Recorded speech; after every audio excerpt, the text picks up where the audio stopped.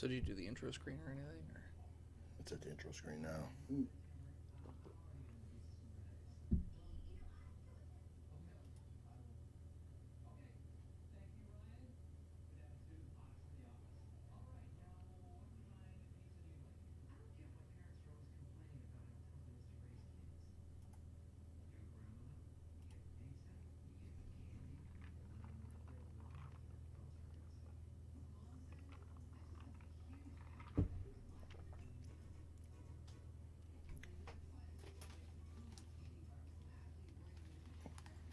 I don't hear anything.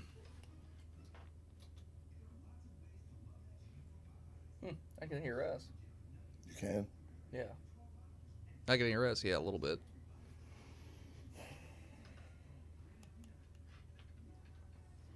Can't hear anything. Yeah.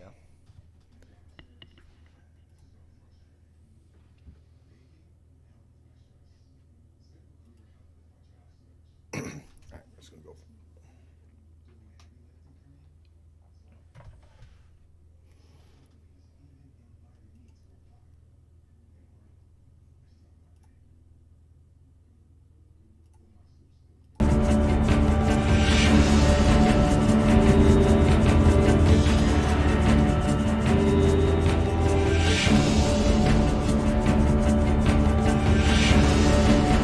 Cool intro.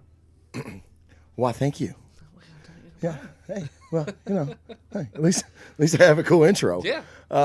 What's going on, everybody? Welcome to the Alpha Bro Show. I'm your host, the B to the motherfucking 3, the big bearded bastard. And I'm very, very fortunate today to have there's nothing more alpha than creating something. And people that are artistic and have vision and follow through, they should be celebrated. And that's what we're going to do today. We're going to celebrate the world's most okayest DM, newly crowned graphic novelist creator. Yeah. Right? Yeah. It's Comic, fun. graphic novel, whatever. So my one fan. Yeah, that's what we're talking about. We were wondering about you, Jason. They were just talking about you downstairs just a second ago.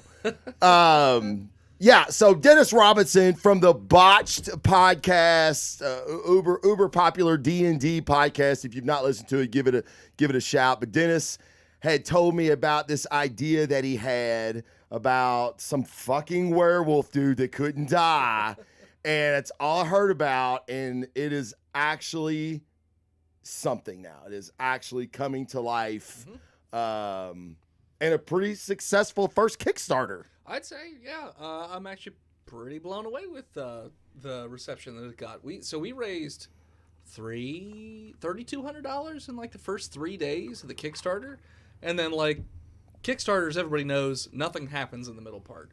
But about 2.5, 3 weeks in, we hit the goal of $6,000, and now it's sitting at $7,500. So already unlocked the first stretch goal. Very, very, very fucking cool. Yeah, so you guys, if you haven't backed yet, you should. You should check it out. He's got some great tier rewards, which that's all we really care about. know, right? We don't care about supporting you motherfuckers. We just want shit. That's right. We just want fucking swag, man. Yeah.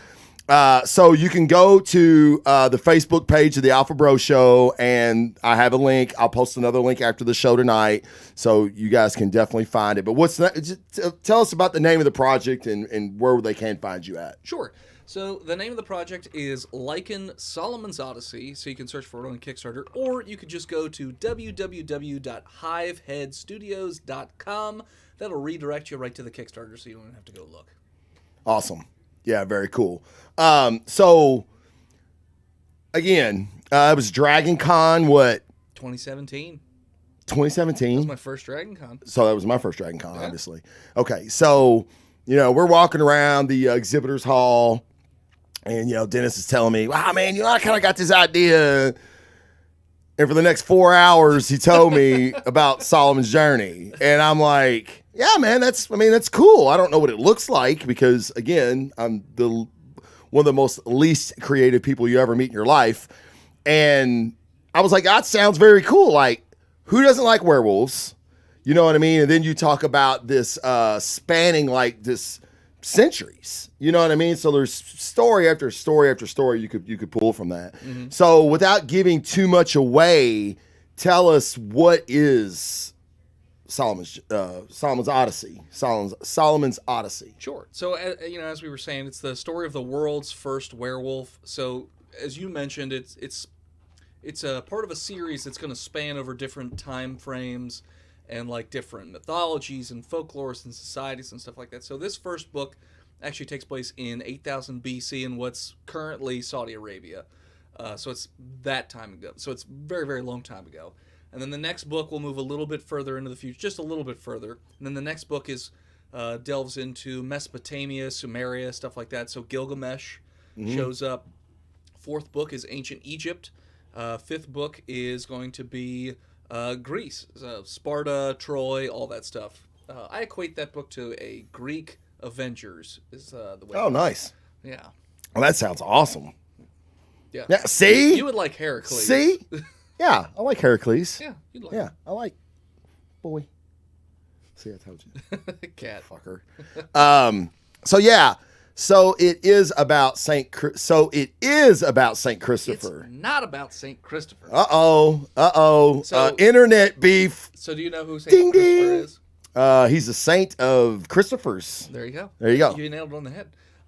Easy. So easy shit. It's thought that is technically the first werewolf in history, Saint Christopher. But this takes place way before Saint Christopher does. Yeah. I'm sure I'll probably put it in the book somewhere, because I don't even know if that's BC. I think Saint Christopher might even be AD. Oh, So, yeah. Yeah. No, I hadn't heard that. So like this is the thing. Saint Christopher was a werewolf, like a real werewolf. He had a wolf for a head, like a wolf head. So people think that he might be the first werewolf. That's why Sonata. Literally, this is like the fourth time Sonata's brought it up. It's like Saint Christopher. She brings it up all the time. So your book is a fiction. Yeah, obviously. Obviously, what this person's talking about is fact. Yeah. So no, it's different. Yeah. Exactly. Right? Yeah. It See, can be different. exactly. If so, I can play with actual history if I'm doing fiction. Solomon turned Saint Christopher.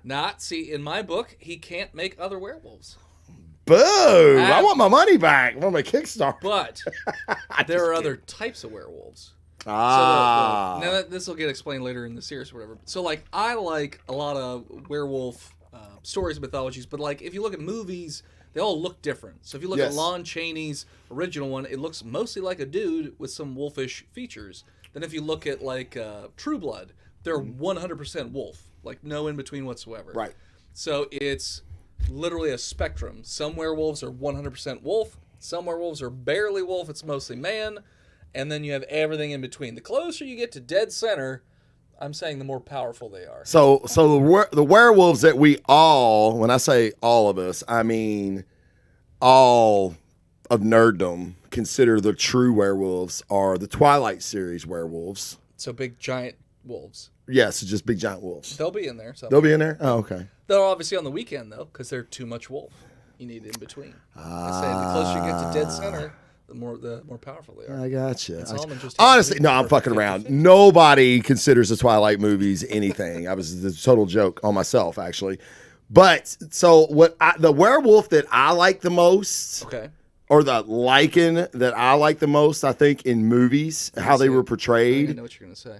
What am I gonna say? And I'll tell Are you you. gonna say Underworld? No. Oh, you're not gonna say that one. No, I am. Yeah, you stole it. Yeah, no, yeah, Underworld. Like I really liked those werewolves. Yeah, I would say in movies, they were more like humanoid type. You know what I mean? Yeah. They were definitely more towards the middle. Yeah, exactly. So is that? That'd be closer to what you. Okay. So they'd be more powerful, I would say. All right. The design of a werewolf, which is what I based Solomon off of, anyways. It's not a great movie, but I've always dug the look of it. Van Helsing. Oh yeah. Like that werewolf. Like they even said like we want to design it like a rock star, like jet black and all that stuff. So I like borrowed bits from that. I borrowed little bits from Underworld. I forget which one it was, number 2 or number 3. But I basically took little bits. I was like, I like the ears off this one. I like the snout off this one. I like the teeth off this one. Just mix and mashed them all together. Gave them to the artist, and He did a good job. So talk about that for a little bit, because the artist is pretty accomplished. So the cover artist is pretty accomplished. Okay. In terms of, that's the one that most people know. Okay, He's gotcha. He has a series out right now. I think it's called Tales in Technohorror. He's done. I think he's working on Conan right now. Oh wow. He got a Conan off of my print because he posted a picture of the print he did. Jason Aaron's Conan series right now. I don't know, maybe. Wow. But he said they reached out to him and they wanted him to do a cover. Wow. His name's Christian Dabari. He's an American artist, and he did a great job. So he did both my standard cover and then my variant cover as well. Gotcha. And you want me to tell the story about? Yes. Okay. Yes. So one of our local. So I live in Gettysburg, PA. Chambersburg's about a half hour away. So Phil, my roommate, also from Botched, is going up to Chambersburg to the comic book shop that he always goes to just go pick up, whatever book. And he gets there and they don't have it. So he's, just looking around in there. And the owner apparently recommended, hey, you should check out this book, Tales in Technohorror. It's, the artwork is fantastic. So he looked at it and it was badass. It's like a astronaut helmet with a skull, and there's like a creepy crawler going through the eye socket and into the mouth. Like, it's pretty metal. So he brings this book home, and I'm working in the kitchen. He's like, Dennis, you got to check out this book. This cover's awesome. I look at it, and I'm like, I've been seeing that cover a lot because he posts it all the time on Instagram. I'm like, you know who that is, right? And he goes, no. I was like, that's literally the cover artist on Lycan Solomon's Odyssey. And it dawned on him, and his head just exploded on the spot. He's like, shit, I wish I would have had something to show the guy, because at that time we didn't have anything to like physical to give out at that point. Right. It was like a month before any of the Kickstarter materials came out. So yeah, it was just like a funny small world that Phil was recommended a book. Who the artist is, my cover artist. Yeah, no, that's awesome story, because I've done that before too. My fucking house, dude. It's like goddamn. Dr. Dolittle right now. Dr. Dolittle, yeah. I was trying to think of like a fucking Noah's Ark. The Kingdom show. Animal Kingdom. Oh, Animal Kingdom. Fucking Animal Kingdom in this motherfucker. Yeah, I usually have like a little crack in my door because I guess it popped open and here like fucking come. Yep, whatever. So like that's the things that I like most about, like, I love vampire shit, and I think a lot of people do, right? Vampire shit. Yeah. Definitely the vampire genre has gotten, I feel like, a lot more love in comic books, movies, TV shows, all of that than werewolves have. I feel like it's been so much more expanded upon, even in the world, even in like Underworld, which really kind of got like into death dealers, and like there was a hierarchy and like a government and all that with the Vampire Nation, but not werewolves. You know what I mean? Yeah, like, so I feel like werewolves really kind of get the fucking shit in the stick half the time, which are equally as, if not more dangerous than a fucking vampire could be. It depends on whatever lore they're going off of. So okay, so that's what I'm getting to with Solomon's Odyssey. Sure. What is so in this world, are there vampires as well? So there will eventually. So the book series it's going to be about 15 books. It may be a couple more than that, but right now it's a planned 3-arc series. Each arc is 5 books. So the first arc will not have vampires in it. So the first 5 books won't. Okay. But the second arc, that one is going to have the origin of like where vampires come from. Awesome. Okay. Yeah. Now, is there going to be I don't want to spoil anything for myself either. Is there going to be a supernatural antagonist? Or there already is a supernatural antagonist. Already is. So the main villain of the book is in the first book. Okay, gotcha. Yeah. And there are, each arc will have side villains that are sort of like a thorn in the side of the character, which may be for one book or multiple books.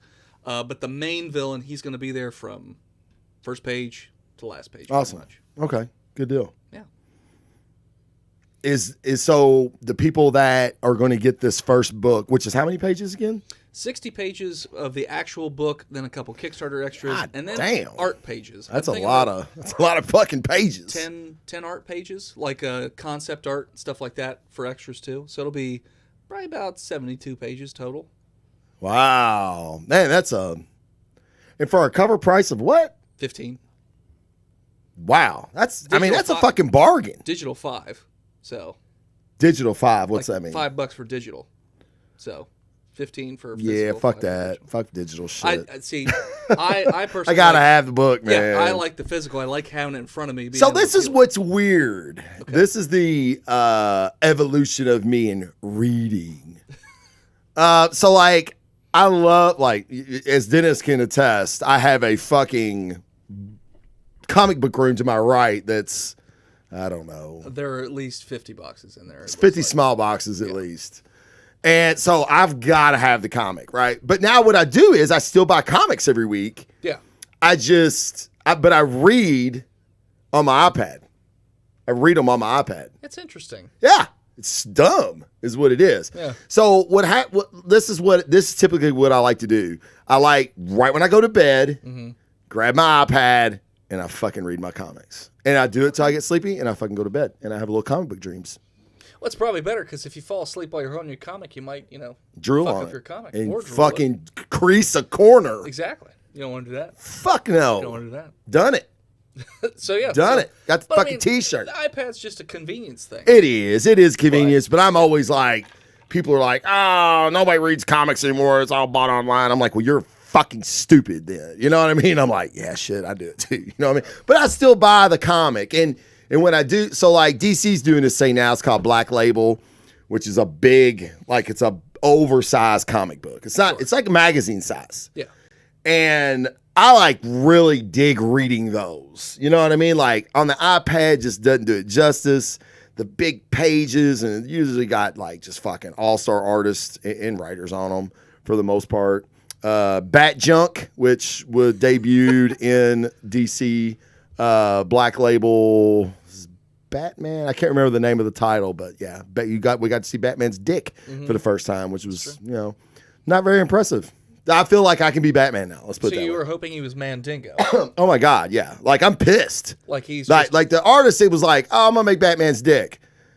Motherfucker better be goddamn huge. Gargantuan. Barry. Gotcha. Big Barry huge. Big Barry. Yes. Okay. He's Batman. That fucking guy. I was like, Big Barry. Oh, it's Yeah, that you know damn, Big Barry. Yeah, you send me the meme all the fucking All the time. time. All the time. All the time. Every time somebody sends it to me, I send it to 30 people within a millisecond Anything of me you receiving it. send to me that's a video or a GIF, I automatically assume it's going to end in penis. Like, I just know it's going to be Barry. I know it. Hey, Barry's awesome. Bat Dingo. Hey, rest in peace, Barry. Rest in peace. Yes, Bat Dingo. Yes, that's what he should have been. He's just an average dude. So they were asking a question of what's the rating? So Yeah. It's definitely an R because on the first or second page, somebody gets decapitated. So it's definitely not PG. Oh, I don't know if you can do those books anymore. I just did. Oh, damn. I mean, I just did it. One way or another. One way or another. Motherfucker getting his head chopped off. Second page. Now, I will say there's no sex in the book because you and I were talking about don't add stuff to a book if it doesn't add anything That's to the true. book. That's right. So I was like, well, I mean, who doesn't love TNA? But it just wouldn't serve a purpose in the book. So I was like, I got all this other stuff I'm trying to do within the book. I don't have time. I mean, I guess I could just have random naked people, but I was like, Yeah. I mean, no, I agree. And I even watch like some TV shows, and they'll just like it'd be a great sex scene, and I'm kind of like, yeah, I don't know why they had that in there. You know what I mean? Like, I don't know. It's like you said, everybody loves it, but I kind of I like story driven stuff. Yeah. And it's just like we've talked about this, like making a character gay or making a character black or whatever, a woman, a gender swap on a character that's established. Yeah. You know what I mean? Yeah. That's fine. Yeah. Bring something to the fucking story, though. If not, you just did it to pander to a demographic. Yeah. You know what I mean? like female Thor, like that actually. served, yes. That's a great example. Yes, exactly. So Batman Damned was the Black Label. Thank you, Jason. I knew you'd probably know. What is that? How you say that? Santa Mag? Sonata. Sonata? Mm-hmm. Sonata Mag. Is it a girl? Mm-hmm. Okay. All right. So, sorry. Pretty sure. Didn't mean to out you, your virtual, your persona. I like the portability of digital comics, but collectively and turning the pages of physical comics. Absolutely. Yeah, again, room, 60 fucking small boxes. I used to do long boxes, and then I moved a couple times. I'm like, these motherfuckers are heavy. Yeah. Fuck that. And you definitely have to have a spot for a long box. A small box, you can get in different spaces. So if it's just violence, I can get it for my nephew that's getting into drawing. Oh yeah. Yeah. Absolutely. Yeah. Yeah. It's violence. Yeah. It's just violence. Like you said, there's no TNA. In it right now. Right now, there's Right now. Yeah. You might have a. There is a character I do have planned down the line that is more of a sexualized character, but it's for the but it's actually part of the story. Yeah, but I mean, like, so if you had a like an antagonist that maybe he just objectifies people. Yeah. You know what I mean? You could have a sex scene where he's just objectifying. Like get the fuck out. For You know what I instance, mean? There's a one of the side villains in the 4th book that's going to happen. She is all about not excess, but just the id, basically. So like she has orgies all the time, but like sacrifices everybody like murders them and all that stuff. So there will be nudity. Oh, like in American Gods. Yeah, kinda. Yeah, like a chick that her pussy But eats people. This chick's not doing that. She's just doing it. Well, 'cause that's she likes to do it. something. Yeah, no, that is. Yeah, I something. mean, that's a graphic novel in That is- itself. that is graphic on multiple pussy eating. levels. Like the pussy eating monster. I mean, that's actually a Kickstarter I can get behind if there's any potential creators back there. So what I want to talk about is the process. Like, so what is like? So did you have the idea for his journey, like from the beginning to end? Like you knew what you wanted to do? Or was it like, all right, I know the trajectory I want this character to take, and then as you're thinking more about it, you're like, oh, I can have this as a scene. I can have this person as a supporting character. Mm-hmm. I can do this. I can do that. Like, and then like a puzzle, you put it all together, or did you pretty much linearly know the trajectory of his tale? Yes to all of what you just said. So wow. It depends. Now I'm confused. So it depends on what it was. So for instance, okay, gotcha. So the original idea I had was more than a decade ago. And that I had the overall story, like no details whatsoever other than character's name and what's going to happen overall. That I figured out more than 10 years ago, and that hasn't really changed too much. As far as, do I know what's going to happen from first page to last page? As of right now, yes, I know exactly what's the last page of the last book. I know what I want to have happen in each and every book. It's more detailed for the first 5, obviously, because I've already done a little bit with that, which I'll get into in a second. So when I first started, like basically 2017, when I pitched the idea to you and then decided to try and make it a thing, I was like, all right, well, now I got to write the damn book. Because there are somewhere in my house where there are little scribblings that I did at Disney World in 2009 with like different timelines of things that I could like have events of. I don't know where the hell they are. They're somewhere in that house. I'll have to find them. But so in 2017, I was like, okay, well, I got to write a script or something to figure out how I'm going to tell the story. And I've never written a comic script at that point. So I wrote it like a book, like a really shitty book. Where it's too much description and it's describing what's going on in the scenes itself. Like, you don't do that in a book. Like, so it just is a weird in-between abomination between a book and a comic book script. And then, so I wrote it like that just to get it. I treated it the same way I treated Botched, which was we did a rough record of the show, right? Gave it to other people to see if it was even worth a damn, right? And when they said yes, then we redid it with better stuff. Gotcha. So that's what I did. So I gave. Yeah. Do I have the bones of a good idea? So yes, you do. So gave them the bones. They said, "Hey, I like this, but like, you didn't even name these side characters that just die. Who are they? What do they do? Hey, this person." Could we add more to this? Different things. So I would get feedback. I think I gave it to like 10 different people. Yourself included, and like each person except for you gave me feedback. I did give you feedback, cocksucker. Eventually, it took you forever because you didn't want.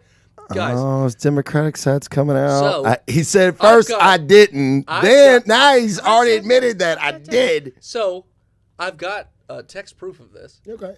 That he says, I didn't want to give you this feedback because I was that's worried true. that it would ruin our friendship. To which I said, motherfucker, that's what I wanted from you in the first place, is constructive criticism.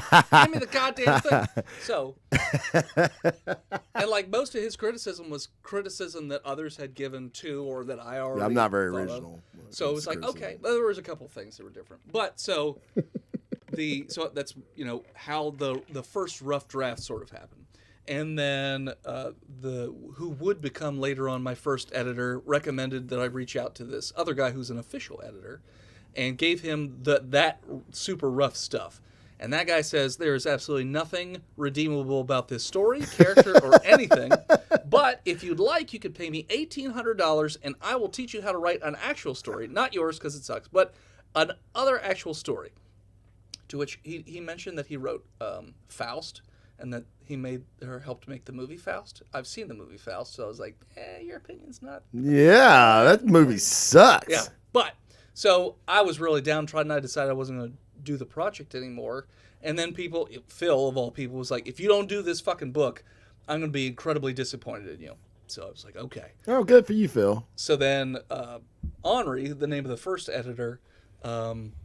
His name's Henri. Henri. You Henri bastard. Yeah, you have some of his books somewhere in your house. We bought them at Dragon Con. It's the Russian book or whatever. Yeah. Yeah, we bought it. Okay, yeah, he signed it. Yeah, he did. Yeah. So Shannon Tucker, our mutual friend, who knows fucking everybody in comics apparently. Everybody. She basically pitched the story to him, to which then he got interested. He looked at the actual book and was like, okay, I understand what that guy was saying, but you literally don't know what the fuck you're doing. So I'm going to show you how to do, it correctly. So then we started working on an actual script. He gave me like a template to use so I could actually write it out, and then taught me, okay, this is how you do dialogue. This is how you describe a panel. This is how, the nitty gritty nuts and bolts stuff that a person reading the book is never going to see because it's all the how to in the background. So it did that, and then that got edited a whole bunch of different times. And then, once I said it was done, we brought in the art team, which I can go in more detail, whenever. But then when they would look at it, they would say, there's too many panels on this page. There's too many captions per panel and stuff like that. I remember we talked about that because Yeah. you were asking me, like, typically what is a comic panel? Yeah. Like a page. Yeah. How many panels on a Yeah. page? So then that was another yeah. learning opportunity where I was like, okay, can't have more. So but there's like a rule of thumb you can use, which is you usually don't want more than 5 captions per panel.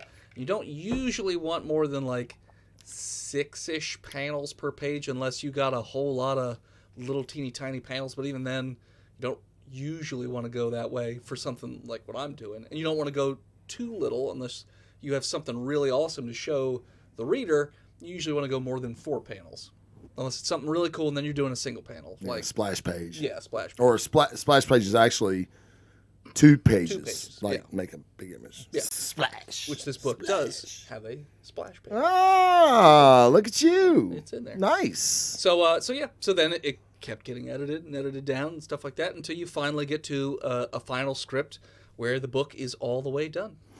So, but there was, I remember we talked about this briefly, but there was a thing about the pages. Like, your original story was like, I don't know, 30 pages. So- And they were like, you need 60. Well, no. So the original story, that shitty like Abomination book that I wrote, the first book was 54 pages or something like that, and then the editor Henri was just like, hey, that's way too many, especially for your first book. Let's do something smaller. Okay. We could probably tell this story in 24 pages. Oh, wow. So, you're cutting, not add. Okay, Cutting. wow. Yeah, So he wanted to do that's 24 just pages. And Probably I said, tougher to do, actually. there's no way you can tell a 60-page story in 24 pages. And he's Right. like, I'm telling you right now, we can't. So I had him give me a layout of what he thought should happen.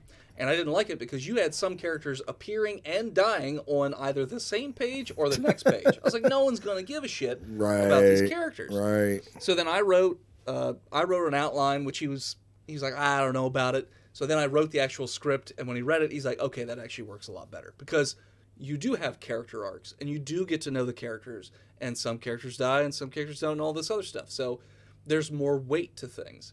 Whereas if you just rush through it, But the other part was, so we did cut it in half. So that first long book was going to be 2 short books, and then COVID happened, and everything got delayed. And because everything got delayed, and I had to delay basically the Kickstarter until September of this year, I said, well, fuck it. The other book will be done by then, so I'll just put them back together. So instead of 2 30-page books, it became 1 60-page book, like it originally was supposed to be in the first place. Meant to be. Yeah, meant to be. Just fucking meant to be. But, man. so, remember he said 24 pages. Correct. Because he said all comics are 24 pages, to which I thought, that doesn't make any sense. There's no way that's true. And we literally argued on the phone, and we each got out a stack of comics and counted each book. 24, 32, 26, 28, 30. Like, it was all over the phone. All over the place. Yeah. I was about to say, I've never seen that, like, it's standard. Yeah. Now, standard may be 24, like, back in the fucking 80s. I don't know, but, like... Well, the Marvel books were 24. Were they? Yeah, so I think that's standard for them. Okay. But for, like, Image, it was all over the place. You just have to have a certain... I think it has to be divisible by 4 for the print or whatever. Okay, so, like, that makes sense. Advertising pages. Which, with Image, which is a lot of creator-owned stuff still. Yeah. That's why it's probably all over the place. Because, like you said, like, creators are like, no, I can't tell the story in 24 pages. I need 32 pages. And they're like, oh, okay, well, you do 32 pages then, motherfucker. What are you bitching about? Yeah. We're not Marvel. Yeah. We're not DC. Well, you know what I mean? So he was arguing for 24, I said 26. So then when it went to the artists, they were like, too many panels per page. So then I stretched it out, and then it became 28 pages. And then even then, it was still too many panels per page, so then it got stretched to 30 pages. And because the first one's 30 pages, the second one has to be 30 pages, because they said it has to be the same across all books. They all have to be the exact same. So 60 pages. So now every book will be 60 pages plus extras. Okay. So awesome. Yeah. What are of the... Talked about the Kickstarter just a little bit. How many more days you have left on the initial? September 3rd at 9 a.m. is where it closes. So I think we're down to 5 days. Okay, 5 days. Yeah, okay, so it's time to back it. And so, of the reward tiers, which one are you most like when because you know how this is, like when you're doing tiers like for a Patreon or whatever. And you're like, it's hard to do. Like, it is fucking, that is some really hard shit to do. How many times did I ping you and Casey to ask you about reward tiers to say, like, hey, does this seem like it's too much? Hey, or, is this cool? Yeah, is this cool? Yeah, that's the big thing. Time. So what reward tier were you like, oh, yeah, man, that's fucking cool? So what's funny is the one that I like the most is the most expensive, and I know it's a rough sell that no one's gonna buy, but it's just because the one item that I think is super. The jersey. The jersey. Yeah, that's dope. Dope. That's dope. Yeah, I like that. I know it's a steep order, but God, I really like that jersey. The other one is cool. I would say probably the $500 level, just because you get to die in a future book. Yeah, that's cool. And then you get a print of that page where you die, and I'll sign it and all that stuff. So, like, that's awesome. Yeah, our buddy Charles, that's pretty good, and Tony, they both backed at that level. Yeah. And I was talking to Tony today. I was like, "Oh yeah, as soon as you told me you were going to back at the $500 level, I already knew how I was going to kill you." He's like, "I'm a little worried how fast you responded with, I knew how I was going to kill you." And I was like, "Don't worry, it's going to be dope as hell." Because the second book's already written. It's done. Second book's written. So. Right. As soon as I get back home and sort of wrap up the Kickstarter, I already pinged one of the artists today. I was like, "Hey, you ready to get back to work? Because we'll start cranking out the next book or whatever." So. That's awesome, man. That's awesome.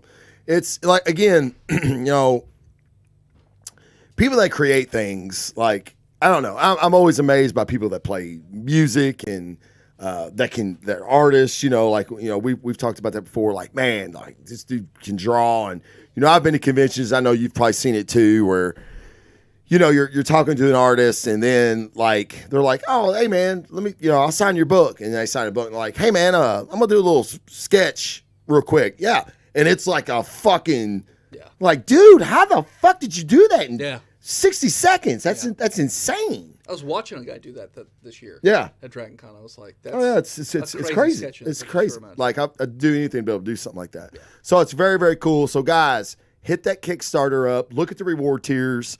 There's some other good ones too. I thought they were all really good, honestly. Like I've backed local projects before. Not that you're local, but like some guys here in Louisville that have done a lot of good stuff. Actually, I've backed stretch goals, which actually gives you extra stuff on top of your already. What's that?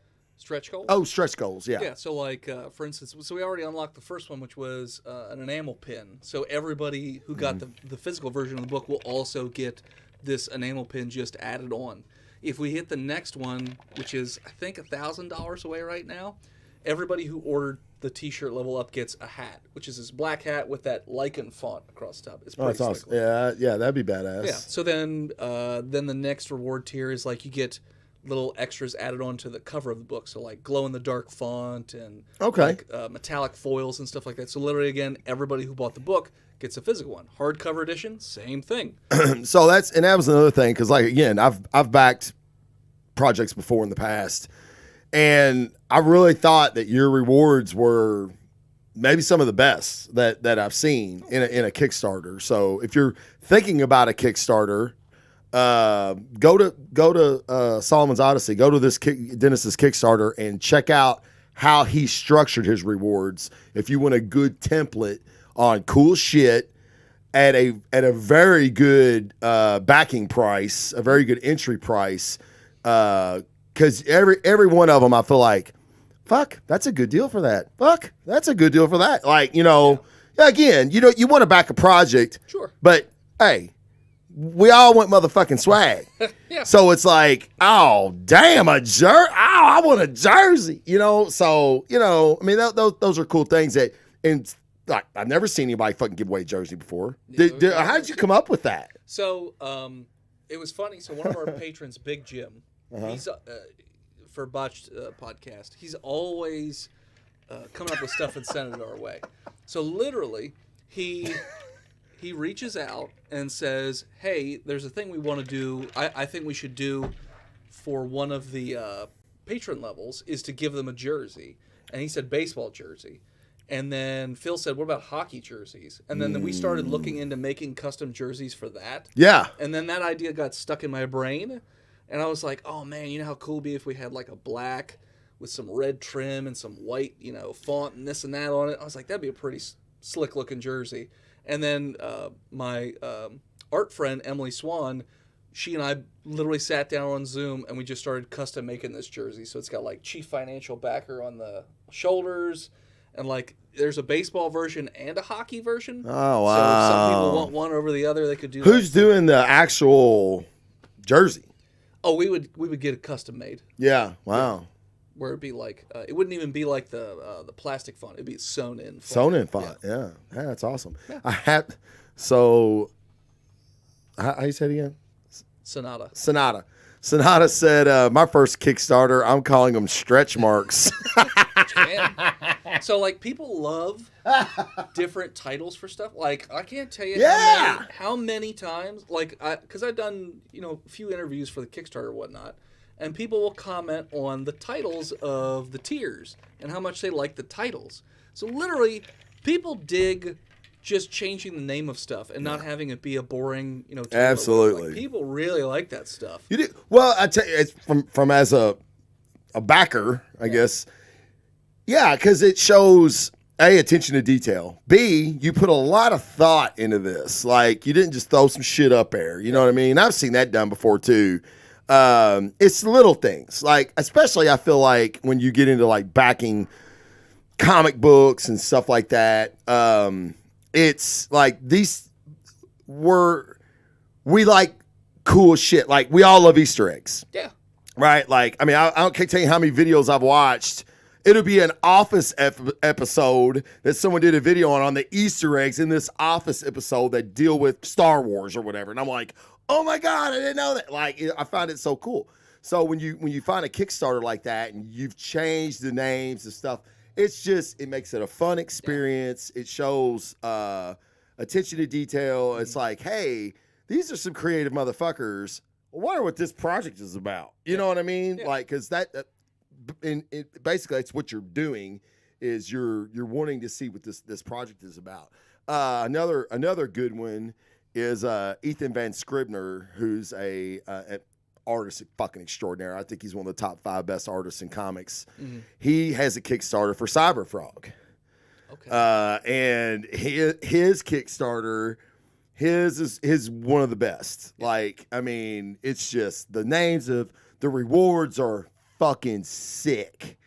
And I mean, I back like almost all of his products just because you'll get cool T-shirts. You'll get, nerds like T-shirts. We like jerseys. We like hats. We like, we like that shit. I literally have a T-shirt from one of the last Kickstarters I backed downstairs that I'm planning. Oh, nice. Tomorrow. Yeah. So people love that stuff. I love that stuff, man. They don't do it enough in my book. Well, so that's one of the weird things with Kickstarters is that. So one of the basic ideas, and it's the same for Patreon, is you don't want to have tiers that will set you out a lot of money, because if it costs you a bunch of money to do a thing, then you're essentially losing money, especially if you got to pay for something and then nobody backs at that level. Right. Then you still paid to get it made, but you're not getting anything So back. That's what I was curious about. That custom hockey jersey's got to be expensive.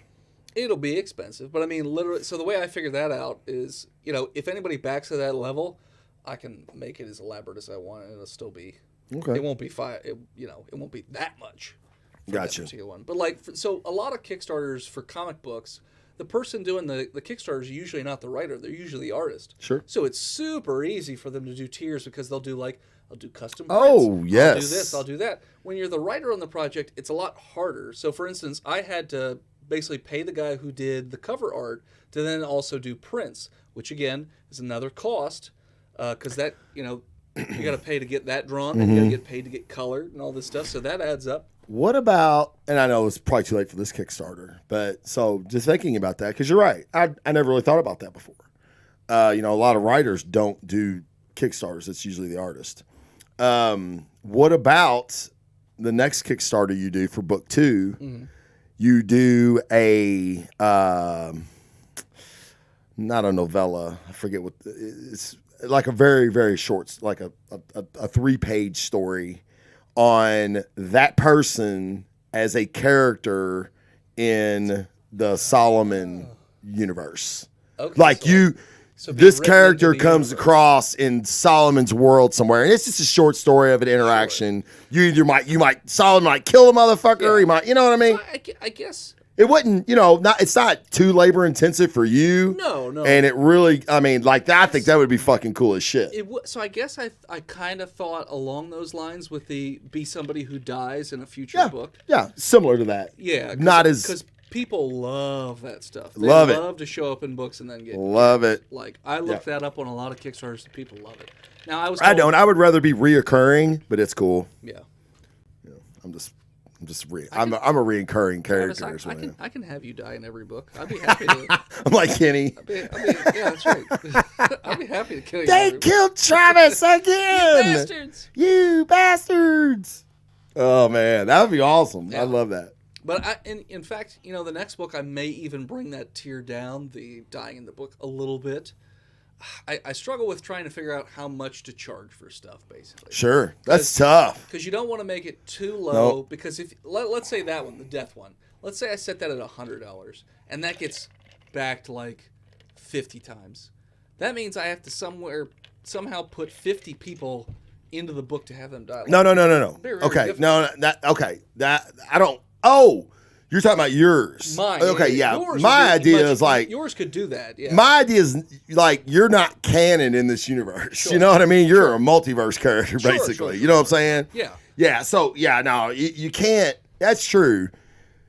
You can't create a tier that's too easy to get because then it's too much. It's too problematic. It's too problematic. Yeah. For a multitude of levels.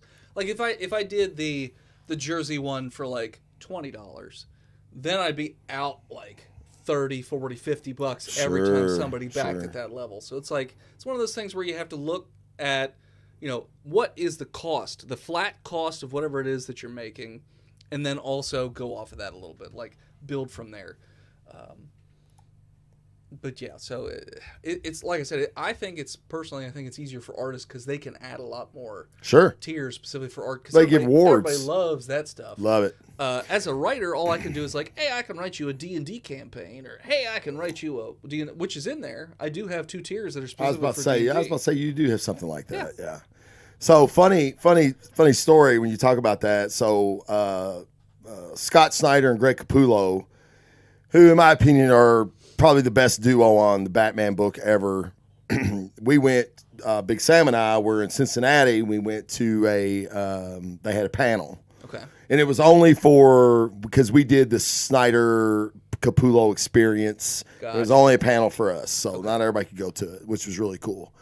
And Scott Snyder apparently is like, he's like this, excuse me, he's this really, I don't want to call him insecure, but he really, really worries about what people think about shit.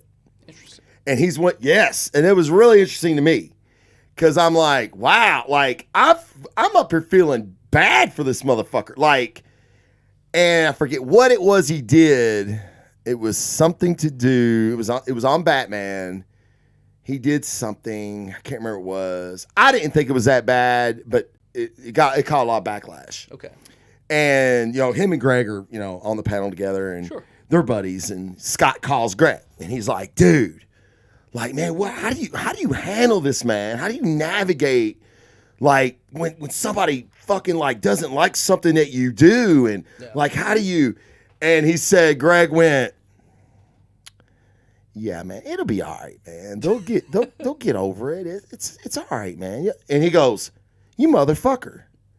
They don't ever give you that, do they? And Greg's like, nah, I don't get a lot of that. And we all cracked up, because everybody loves Greg Capullo. And yeah, everything looks fucking amazing. So he doesn't get that. How dare you make Batman's ears that short on his cowl, you son of a bitch. He don't get that shit. You know what I mean? Yeah. So I thought that was really interesting that, artists, they really do have the charmed life version of that duo. Because, we've all seen books, and I've bought books before that only for the artist or only for a writer. As I got older, it was writers and not artists. Because Kickstarters. Image Comics. If it doesn't look good to me, I won't. Yeah. I won't even really. It has to look. I agree. I'm picky about art in general. Me too. Like, if something looks good to me, I'm more interested in supporting that art or like getting more of that art, stuff like that. So like that's why with this book I was very picky with the artists, and I think I found a great team.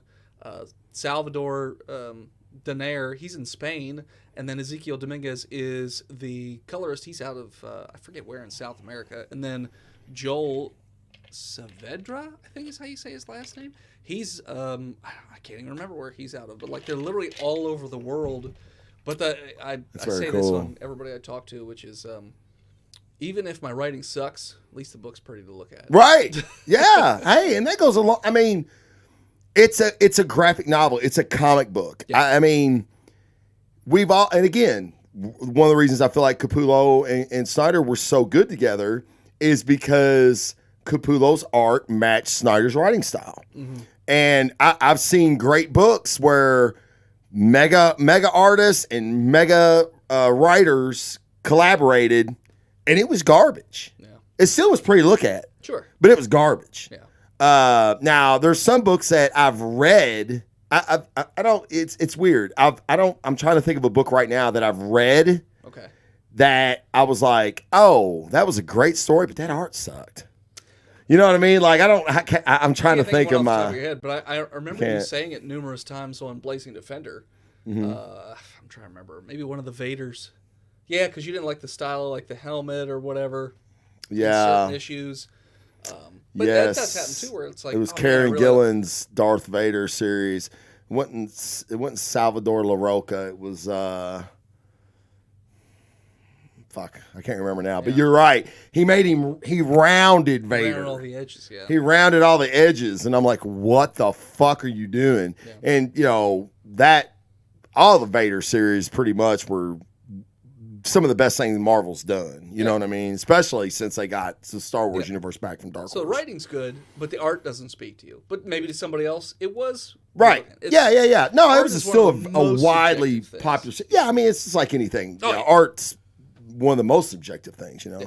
Speaking of which, I think we'll use that as a segue. Dennis, the reason he's in Louisville right now is unfortunately not just to do the Alpha Bro show. Yeah, right now. We went to Louder Than Life this past week as Dennis is rocking a very fucking cool Tiger Louder Than Life shirt.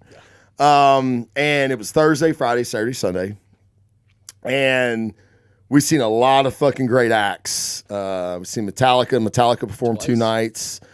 Korn was Thursday night. Disturbed. Stained. Cypress Hill. Cypress Hill. Cypress Hill was fucking really good. I forgot about them. Yeah, Cypress Hill was really good. Butcher Babies. Which you weren't a big fan of Butcher Babies. No, I don't like the screamy stuff. They were cute, but Smoking hot. it's not my genre. Yeah. typically. No, it's true. And they do have songs where they sing. Yeah. They do have songs Oh, where they and sing. Jane's Addiction. Jane's Addiction. I didn't get to see Jane's Addiction. I did. I know. So I Fuck. was wandering around. Yeah, I had to go to a wedding of a very good friend, or his daughter actually was the one to get married, but I went for my buddy, and I ended up walking in right as Jane's Addiction's last song was playing, and I was so far away still to get in, it was sound like shit. But then, like the next day, everybody's like, "Dude, I heard Jane's Addiction was the tits last night." And I'm like, good. "Fuck, I can't fucking tell you. I have no opinion on it, you know." But I thought Metallica was fantastic last night. Now you were kind of out on them, right? Well, and I was telling you this before because I loved the show that was on. Was it Friday night? Was their first show? Mm-hmm. And that was the first time I ever heard Metallica though live. You had already heard them 5 times by then. Mm-hmm. So I had never heard No, Metallica 6 before. times, But yeah. growing up, I always listened to Metallica because I used to bowl every weekend, and that bowling alley only played Ozzy, Metallica, and Aerosmith. That is literally all they ever played. So like Enter Sandman, that's like burned into my brain for like the rest of my life, like stuff like that. Yeah. So getting to see them the first time, and they had like flamethrowers and fireworks and all this stuff. I thought it was a fantastic show. I knew most of those songs. Sunday night, also fantastic show. Right. I didn't know as many of the songs, so it didn't hit me. God damn it, Steve. Fucking Steve. Not Enter Sandman. Not familiar What's with that? What's that song? Fucking Steve. So like Enter Sandman was one of the last ones they did. I knew that one. There was a couple other ones. I'm trying to remember off the top of my head their set list. But my favorite song that they do. Yes, Sunday night was a lot of the Black Album. Yeah, they did the entire Black Album. Yeah, the entire Black Album. Yeah. But like my favorite Metallica song is No Leaf Clover, which was on Friday. Yeah. So obviously Friday is going to have a little bit Yeah, different. for sure. Yeah, Yeah, but I yeah, thought they yeah. were both amazing shows. And see, I like Cyanide, which is from Death Magnetic. Yeah. And I mean, I love Cyanide, and they played that Friday night too. Okay. But like, we were talking to a guy that was with his dad, and they were wanting to hear something. I can't remember what it was. You told me, and I was like, I don't know what the fuck that is. Yeah, I don't know, but he was just like, "Oh, I really hope they play such and such," and then they didn't, and he was bummed because his dad was literally leaving town the next day. Yeah, so he that wasn't going to get to sucks. see the second show. So Yeah. Which, yeah, I don't know. I don't know what he was saying the name of the song was, but if it wasn't on the Black Album, he probably didn't play it anyway. But like, so that was a weird thing. Like Thursday night, I really liked that lineup towards the end of the day. I thought it was the best lineup And then of the whole festival. Friday, there was like nothing other than Jane's Addiction and Metallica. Right. Like nothing else. And then Saturday was pretty good, and Sunday was pretty damn good too. But Sunday was pretty damn good. that Thursday was fucking strong. Strong. And I'll be honest, this is my 4th Louder Life, probably the weakest. Even with Metallica playing, even with Metallica and Korn. So for me, Metallica and Korn saved the festival, honestly. Okay. Because without those two big uber names, like massive names, it really loses a lot of its magic. Sure. 2 years ago when it was, no, I'm sorry, 3 years ago when it, the year before you came down the first time, it had flooded Champions Fields where they used to have it. And it was 3 days. It's 4 days now. It was 3 days back then. It was utterly the greatest music festival lineup I'd ever seen in my life. Limp Bizkit, Korn, Metallica, AC/DC, Deftones, Nine Inch Nails, Static X, ZZ Top. I'm trying because there was a couple like classic rock bands too. And I mean it was just fucking everybody. I mean bands like Skillet, Breaking Benjamins, which Breaking Benjamins I could hear them while we were watching the game. I could hear them; they sounded pretty good still. They were like pushed. They'd have been on a Disruptor stage. Yeah, like that's how great this fucking lineup was, and it flooded. It rained for like I'm not exaggerating when I say this. It rained for 7 fucking days straight here. They had already had a lot of food trucks and stuff at the venue, and they had, I forget how many millions of dollars it costed the promoters of the event to they had to rent this heavy equipment to get all of the equipment they had there that had sunk in the mud. They couldn't get it out. Jeez. So, yeah, just shit show, man. And I thought then that was a nail in the coffin for them. Like, they'll never be back. Like, there's no way. See, but AC/DC's the one band. Yeah, that's what you're saying, yeah. But what was your biggest surprise Louder Than Life this year? Because I think we're on the same page for this one. Yeah. So, and doing some research, we kind of found out, like, the real story. So I'm talking to my cousin was actually there, and so I'm talking to him, and I fuck it, I'll say it. I don't give a fuck. I don't give a fuck what y'all think about me. I'm a metalhead. Like you ask him, I like hard fucking rock. Machine Gun Kelly's newest album, I absolutely fucking love. I listen to it almost from beginning to end, all the time. Like I love it. It's very Blink 182-ish. It's very Sum 41-ish. Travis Barker plays the drums. Travis Barker is executive producer. Travis Barker, obviously, when you hear this album, had a huge influence in the music style. It's not rap. It's not Machine Gun Kelly challenging Eminem. Yeah. Okay, it's not that kind of music. He's changed. He's jumped genres. Sure. Which leads me to, yes. Apparently, everybody at the music festival. Huge Slipknot fan. Oh, Slipknot was supposed to be at that show. I mean, everybody that was anybody was on that fucking card. Yeah. So Slipknot was there. So Slipknot, Corey Taylor in general. Apparently, Machine Gun Kelly at Riot Fest was just a few weeks ago.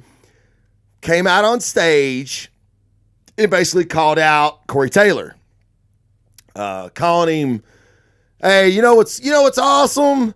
Not being 50 years old and performing at festivals, like talking about fucking Corey Taylor."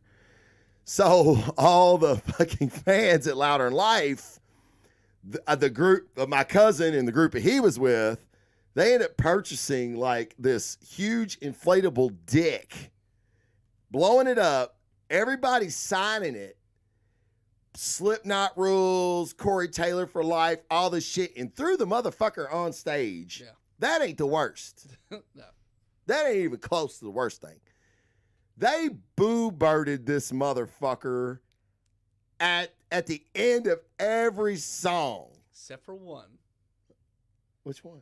The one where the girl came up on stage and sang. They didn't boo that one. Because she sang. Okay. So, like, apparently, I guess some girl was holding a sign that said, "Please let me sing this song with you," or whatever. Because we never saw what the sign said. But he said, "I've been staring at this chick with this sign this whole time." He brought up some rando lady on the stage. Oh, and they sang that one song together. And they didn't boo that song. That's the only one they didn't boo. No, wow. They cheered. And I'm thinking it's just because of her. Yeah. Being respectful. Yeah, if he had done it by himself, they would have booed. Dude. But so after the first 2 songs, he didn't say any, like, he was, I guess he was, and that's like I was telling my wife, like, he was thinking it was going to go away. Yeah. These motherfuckers will get tired of booing me. Yeah. It'll go away. It got worse. I mean, I felt sorry for him, but I am always on the assumption that if you talk shit, motherfucker, especially about a legend, Slipknot are legends, like their music, don't like their music. They've been around for fucking 25 years now. They've been successful for fucking 25 years. Like, they're legends. Like them or not, you can't talk shit about them. If you do, reap the motherfucking hurricane, bro, because it's coming. Yeah. This motherfucker apparently didn't start this fight. Corey Taylor apparently in XXL magazine, which is like a metal mag, rap mag, whatever, basically called MKG out. No.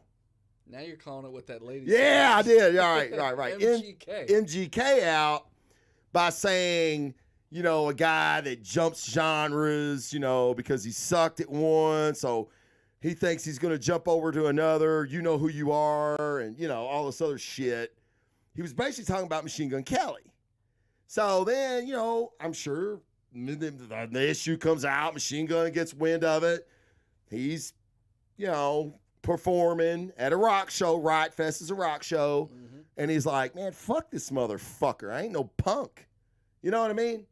So, I don't know. But, so I've heard other guys be like, well, why did, and when he started acknowledging the Boo Birds. So I said it's like the stages of grieving. Yes. First you had anger. Yes. He's angry at him. Yes. Then he's bargaining like, yes. Hey guys, let's just do this. That's right. And then towards the end he's like acceptance. He's like, hey, everybody can have a difference in opinion, guys. Come on. Yes. First he was like, man, fuck y'all, man. I'm all for all the people that are here for me tonight. Yeah. As a Boo! lightsaber. He's like, you gonna fuck with something? I'm a motherfucking Jedi. Yeah, I don't know where he got a lightsaber. Yeah, he was gonna kick somebody's ass. Or you want to come at me, bro? Or you remember that? I'm like, dude, you're a $120 with a fucking 20-pound rock in your pocket. Yeah, but he's got 20, ain't beating up nobody. He's got 20 security though. Absolutely. They'll hit That's him, funny how that and works. Then when he's down, then they'll get on. Yeah, exactly. Yeah, when they can't move. But yeah, so but you're exactly right. Then it was like, oh, hey guys, you know. Yeah, I mean, you're exactly right. Like, and that's what my buddies were saying. They were like, dude, the guilt was setting in on him. And I don't necessarily think it was guilt. I think it was disappointment. Crushed. Because he kept talking about how this is the 1-year anniversary of the show. Yes. And he was expecting it to be a big thing. Crushed him. And then knew but I will say this. Boo, boo, boo. He was fucking awesome. He did a good job. I thought he did a great job. All things considered, like, if none of that had happened, I'd have been like, Machine Gun Kelly fucking brought it. Yeah, he did a good job. But then getting booed every fucking 30 seconds, I was like, that even speaks more to me that, like, he held his shit together, which it was obviously affecting him. Sure. But, you know, so did you hear about the Conor McGregor? Yeah, you were talking about it. So with MKG lady before that. Okay, yeah. So apparently on a red carpet at some movie event, Conor McGregor apparently is a fan. And Conor, one of the greatest fighters ever, in my opinion, wanted to have a picture with Machine Gun. And Machine Gun apparently said, hey, look, man, we're cool and all. I like watching your fights, but we ain't like that. And Conor had a drink and was like, motherfucker, and fucking tossed it on him. He probably didn't punch him. Yeah, you don't want to. Conor's all about the salad. He ain't gonna give a motherfucker no salad. Like, he ain't gonna hit nobody without getting paid. And he definitely ain't gonna hit nobody thinking he's gonna have to pay that motherfucker. Because that's exact. Because he could have killed. He would have fucking.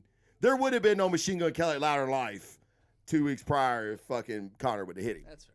But so yeah, I mean, I think it's funny. Oh, dude, we got all kinds. Steve is really on. Oh, okay, it was just Steve. It's just Steve. I was told both cute goth girls on Twitter that I'm supposed to hate. Well, if they're cute goth girls, you can't really go against that. I would go ahead and hate Machine Gun if that's what they told you to do, because it really ain't worth pissing off 2 cute goth girls. And then he said the chick on stage was a plant. Could have been. To gain the the sympathy of the crowd. Yeah. Yeah, that's a good point. Smart. It's a democratic move. Anyway, how dare musicians experiment with music they create, right? I know. Why salad is he a vegan? Oh, no, Connor. No, it's just what he calls money. I make a salad. I want a salad. But no, that's not actually what I was talking about when I said the biggest surprise. I forgot about that. I was talking about Judas Priest being a 73-year-old man cranking the licks. Good point. Yes, I was not expecting that. So there's a guy at my gym. His name's Tom. Fucking fantastic dude. He's 82, and he fucking gets after it every day. And he so I was telling him I was seeing Metallica and all that. He's like, and he's 83, and he's like, man, I've always wanted to see them. And I'm like, well, fuck Tom. I got an extra ticket. You go with me. Yeah. You know, and he's like, nah. So the day I was talking to him, he was like, how was Metallica? I was like, oh, man, they're fucking amazing. He was like, so me and my wife were Googling stuff. He's like, that Hetfield guy, man, he looks fucking good. I'm like, Hetfield looks fucking jacked. Like, I know he's gotten clean and shit again, but he's obviously, like, hitting the gym, eating right. Yeah. Like, he looks really, really good. And he's 58. You know, Hetfield's 58. Fucking Judas Priest. Now, I don't even know that motherfucker's name, dude. I don't know. I guess he's Mr. Priest. Yeah. Like, we're just going to call him Mr. Priest. Call him Judas. Judas. Yeah, we'll call him Judas. Yeah, that's cool. I like that better. Judas, motherfucker, couldn't hardly walk. Yeah, he was hunched over. He rode a motorcycle in, which was pretty cool. Yeah, that was awesome. It's pretty cool. Yeah. Yeah, he sat down the entire time, which sounds kind of Jonathan Davis. It took him a while to get up. It took him a while to get up. Yeah. But this motherfucker was like, bruh. I mean, like, he was bringing it. And he hit the low stuff. Yes. But he was 73 years old. That is an It was awesome. It was Santa Claus in Yes. a leather daddy outfit up there. He had a big white beard, goatee was down Bald. here, bald, big leather, like, wizard jacket on. Yeah. This badass, man. Yeah. Like, and that's what I say, when we seen ZZ Top, I guess it's been 3 years ago now, they were, they headlined one year, the last year at Champions. I was really like, of course, all their songs. Sure. Everything fucking ZZ Top's ever played. And they're just, and you're like, yeah, and I mean, they're just rocking. This is all they do the whole time. But they're 1,000 years old. I mean, But, it's fucking awesome. To be fair, they're probably all a little pickled from the drugs that they took for so long. 1,000%. Yeah. Yearly reminder that Keith Richards is 104. So that's what I told a buddy at my gym day. He's like, well, look at the Stones. I was like, let me tell you something about the Stones. They need to, Keith Richards especially, because like Mick Jagger, he at least like works out now and shit, like tries to eat right. I think he's a vegan now, which whatever, but hey, he's trying to better himself. He's trying to be healthier. Keith Richards probably never ate a vegetable in his life. Like he's never worked out a day in his life that he didn't have 3 packs of cigarettes. They need to biopsy every organ, every part of their tissue, and have it analyzed, studied, recreated in a fucking lab. Like they're mutants. They're the first fucking mutant because they're Wolverine. I mean, Keith Richards has got to be fucking Wolverine. If Keith Richards would look like he was 20 years old today if he worked out and ate right. Like if he never got into rock and roll, I mean, he would look like he was fucking 20 years old. I fully believe that. But yeah, they're all of those motherfuckers are amazing to still be around. The only band I'd want to see probably won't see is Iron Maiden. I want to say they were at Louder one year. I don't remember seeing them. A lot of Maiden shirts in the crowd. Everywhere I walked, I saw everywhere. Maiden shirts. You know what's odd? Like you always hear, don't wear the band's shirt that you're gonna go see. We saw that in 2019. Who was that? Stone Temple Pilots? What? The band was literally wearing their own T-shirt. Oh, maybe. It was 2019. I think it was STP. Might have been. But Metallica shirts all weekend. Oh, yeah. I've never seen so many motherfucking Metallica shirts in my life. A ton of them. Ton of them. But it's like, it's Metallica. It's like they break their own genre. It's like they're you can't shit on them. You can't say they're ever bad because they're not. We were saying so Thursday was a fantastic lineup, possibly the Fantastic. best. Yeah. And that day had a third of the people of even the next day on Friday. Sure, yeah. Being a weekday, I think Yeah, had a lot to do with that. That's true. Being a Thursday, but yeah, I mean, Korn. They're great. We're talking a lot about Metallica and other groups. Korn was probably my favorite. Okay. Korn was probably my favorite, just because I haven't seen them since 99. Since 99 at Sparta. So, funny story, because Shannon was telling you her story about it. So, it was 99 because my first year on the fire department, I was on probation. I couldn't do it. I didn't want to do another job. So, my buddy Greg Kinney, Blue Falcon, he worked security at a music hall called Headliners here in Kentucky. It's a fantastic place to see any kind of live music, okay? And we used to get everybody.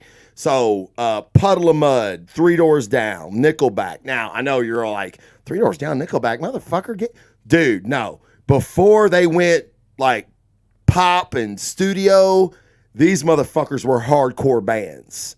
Like, Nickelback was a fucking rock show. I know they get shit on now, but I'm like, dude, I seen them motherfuckers get it on. Like, they were awesome. Stained. I watched Stained probably 3 or 4 times that year, perform with fucking 20 people. 20 people. Aaron Lewis and, I think his name's Keith Michael or something like that. This is a guitarist. They would come, the other two were like sober or whatever. But they would come after they went to the van, got their shit put up. They would come and drink with the rest of the staff. Like, they were fucking cool. Aaron Lewis was cool as shit. So we got to see a lot of these fucking bands, man, like from the fucking ground up. And it's, I don't know, I don't even know what my fucking original thought was now. You were just talking about the Korn. Yeah, Korn. So, so 99 at Sparta, which is a huge NASCAR racetrack. They had a festival there, okay? I can't remember the name of it now. Shan was telling you the name of it. You probably don't remember it. But anyway. Shan said a lot of things. Yeah, no shit. Too many things. So it was probably 100 degrees plus on this day. And so I worked security. My buddy Greg got me in working security at Headliners. The guy that ran the security there was doing the security for this festival. He was like, hey, you guys want to work? It's $300 cash. You're going to see all the bands. We're like, fuck yeah, man, let's do it. So we get there. He's like, hey, get with me before you go in. I'm going to give you your security shirt, and I'm going to pay you your cash because it's going to be a nightmare getting out of here at the end of the night. We're like, yeah, man, sounds good. He gives us our shirt, gives us our cash. So he's like, all right, you guys are in this sector. We had like 6 sectors. You guys are in sector 6. It's like toward the back. So we go toward the back. The bands hadn't even started yet. We broke up 3 fights getting to sector 6, and 3 girls had already, like, one girl, I thought she was just laying down, and I'm like, she don't look right. And I'm like asking the dudes around her, I'm like, hey man, y'all know her? And they're like, nah man, she been like it for a minute though. Jesus. Fucking out. So basically 3 med runs, broke up 3 fights before the fucking show even started. We get to sector 6. I look at my buddy Greg and I went, man, fuck this. And he goes, I agree. So we peeled off our fucking security shirts and just fucking partied. So then the next night at Headliners, we worked together. It's a buddy of mine, Jimmy Joe, is his dad. He was the sheriff at the time. He was like, man, that Sparta show was crazy, wasn't it? And we're like, dude, this show was nuts. He was like, y'all got out of there okay? We're like, oh, yeah, man, we were good. Like we never even knew. I mean, there was like 400 security guards that night, so he wasn't worried about 2 of us. But, yeah, we were like, fuck this shit, man. But so Metallica was supposed to headline. Hatfield got hurt in a snowboarding incident. Could not come. Like, broke his fucking leg in like 4 places or some shit. So what happened was all the bands, Limp Bizkit, Korn, they all played like Metallica songs. So it was kind of like a tribute. Like all the bands were playing. Nine Inch Nails played Metallica. I mean, it was fucking awesome. Like I'll never forget it. It's one of the best shows I've ever been to. And Metallica didn't even come. But because Metallica was going to be there, it made it better. You know what I mean? Like that's how fucking powerful that band is. It's amazing. Yeah. But was that the Road Rage tour 99 or no? Road Rage was 2000. Yeah, I don't know. I've never heard Road Rage tour. That's a great name for a tour though. But this was Summer Sanitarium. That was the name of the tour, 99. Summer Sanitarium tour. Ozzy. They were talking about that tour last night. That's the one I was, yeah. That's the one Shane went to. I thought the band Metallica was talking about that tour last night. Oh, were they? I thought. What did they say about it? How they didn't come? Yeah. Like, God damn it, James. You fucked us out of that fucking too. So the first year Metallica was going to be at Louder in Life, Hetfield had just gotten back on the wagon, had just got out of rehab, and the festival apparently interfered with his recovery shit he had to do for his recovery. All right. So they had to cancel them. Jesus. Yep. Ended up getting canceled anyway because of COVID. Oh, yeah, true. So, but they had already canceled. Now Road Rules started like 95. Yeah, Steve, what are you talking about, man? Just, Dude, you went from Road Rage to Road Rules, which Road Rules was fucking great, by the way. He literally messaged me before. He's just like, I'm just gonna troll. I'm just gonna troll, man. So that makes sense. That's the guy who makes the funny Marvel videos I showed you. Remember? Yeah. We was watching your shit earlier, man. Yeah. All right. So now I know. He Who Is Steve. I know he who is Steve or is. Quarter Pounder with Steve. He likes that one too. And I know who to troll now. I've always wanted to be one. I just never knew anybody I could do it to. But now I got you, motherfucker. I got you. So to wrap it up, guys. Get on the fucking Kickstarter. No shit. Like, I don't push shit. You know that. I don't push stuff. But this is, I think, a really, really, really cool project. The tiers are really, really good. The swag's really, really good. Get in at any level you want to. Everything is appreciated. I mean, I know this guy, and I know he appreciates fucking everything. It's a dream come true to him. It's already fucking funded, man. So everything else is just fucking icing on the cake that can go towards the next book. So, and I'm going to tell you, so from backing books in the past and getting them and then like it leaving on like a cliffhanger or like being really good. And then I'm like, where's book 2, motherfucker? You know, and then it's like, well, you know, my Kickstarter wasn't successful and blah, blah, blah. And it's like, God damn it. So what I'm saying is when you get a hold of a project that you fucking really like, stay with it. Stay abreast. Do you have a website or anything? Or is the Kickstarter kind of the website? So right now, the Kickstarter is the website. Okay, gotcha. But that's normal. There's also a Patreon for it, technically, which I haven't updated in a little while. Basically, since Kickstarter went. I haven't been messing with it. But technically, patreon.com/Hivehead Studios. So then once everything starts to calm down a little bit, there's like behind-the-scenes podcasts. Like Charles comes on there and asks questions every once in a while. I usually release panels. Like, I'll take a picture of a panel that was worked on that week and then put it out so they get early access to stuff that you wouldn't get otherwise. And that's on the Patreon? That's on the Patreon. Okay. Yeah. So, for updates of new stuff coming out, you can go to the Patreon. Yeah. Okay. And then I actually put free updates as well. So, like, hey, this is what happened this week on the book. That stuff's free. But, like, pictures of stuff, there's also a Discord, nice. Stuff like that. So, there's that sort of thing. But then, the Kickstarter. So, and also that, again, I know we previously talked about it. You know, Dennis also does the Botched Podcast, which it's basically a bunch of buddies get together, get a few adult beverages, and play D&D. And you guys just had a live event at Dragon Con, which pulled in about 300 people. Yeah, somewhere between 200-300 people. Nice. You know, so check out Botched, subscribe to Botched on iTunes. Okay, a D&D podcast, and hit up that Kickstarter. And again, you can go to Alpha Bro Show on Facebook, find the link to his Kickstarter, or you can go to his Patreon, again, which is at Hivehead. Hivehead Studios. Hivehead Studios. And but just get on the fucking Kickstarter, man. Dude, I think it's totally awesome that we had a conversation so many years ago about this idea, and it's actually about to come to life. Right?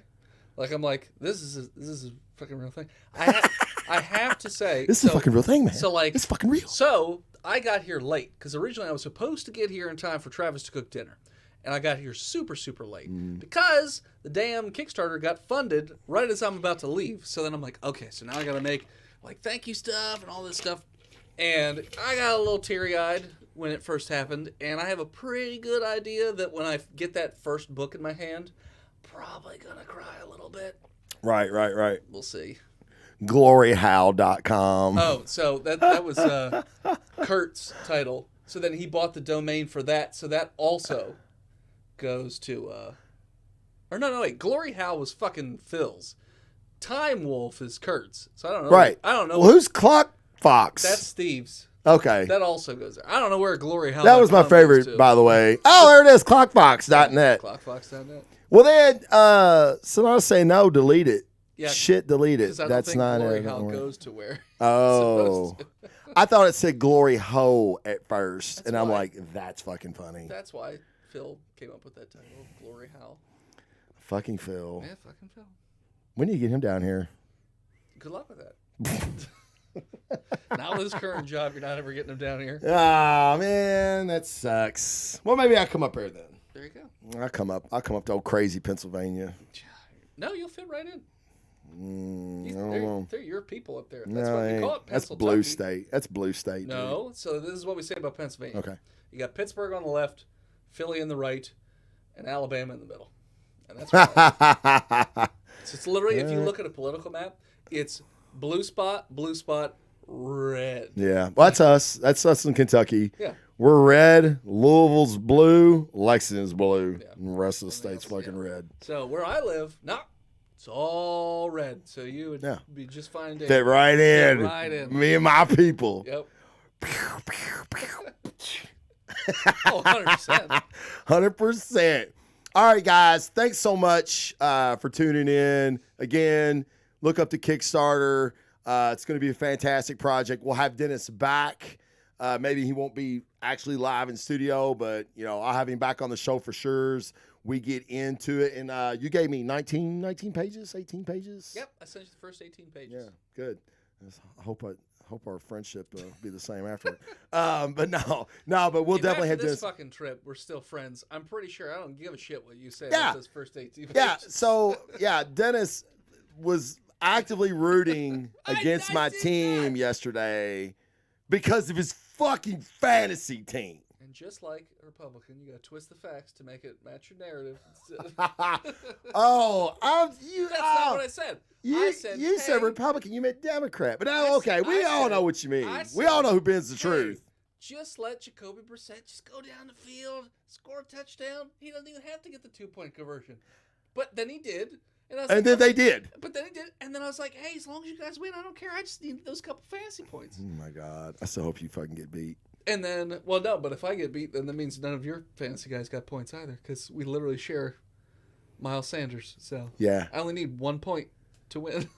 From who, Miles? Anybody. Miles Sanders or Dallas Goedert. I literally need 1 point. My opponent has good. No players playing. Yeah, I'm down 16. I need Miles to have a fucking monster game. So, but it would have to be Philly being in the lead for that to happen. So I'm probably fucked. Anyway, so much for the fantasy football portion of the show. Thanks, guys, so much again for all your support, all your help, effort. Thank you guys for being in the chat. Always love the chat. Yeah. And I have a new guy to troll, which is really win-win for me. Thanks to you. Thanks, Steve. Yeah, honestly, guys, thank you guys for showing up today. Please, if you have not left a 5-star review on iTunes or Anchor, do that. It doesn't give me much, but it kind of puts the show out there. If you know anybody you think would like this type of content, please share the episode. Other than that, guys, it's usually Wednesday nights or Alpha Bro night. And my other co-host, Josh, when he's not working fucking overtime to support his fucking 27 kids, He's usually on the show with me, but we've got a lot of great shows coming up, a lot of great ideas in the hopper, so you guys are going to want to stick around for that. Follow social media pages. And with that, guys, have a very, very safe and productive rest of your week. And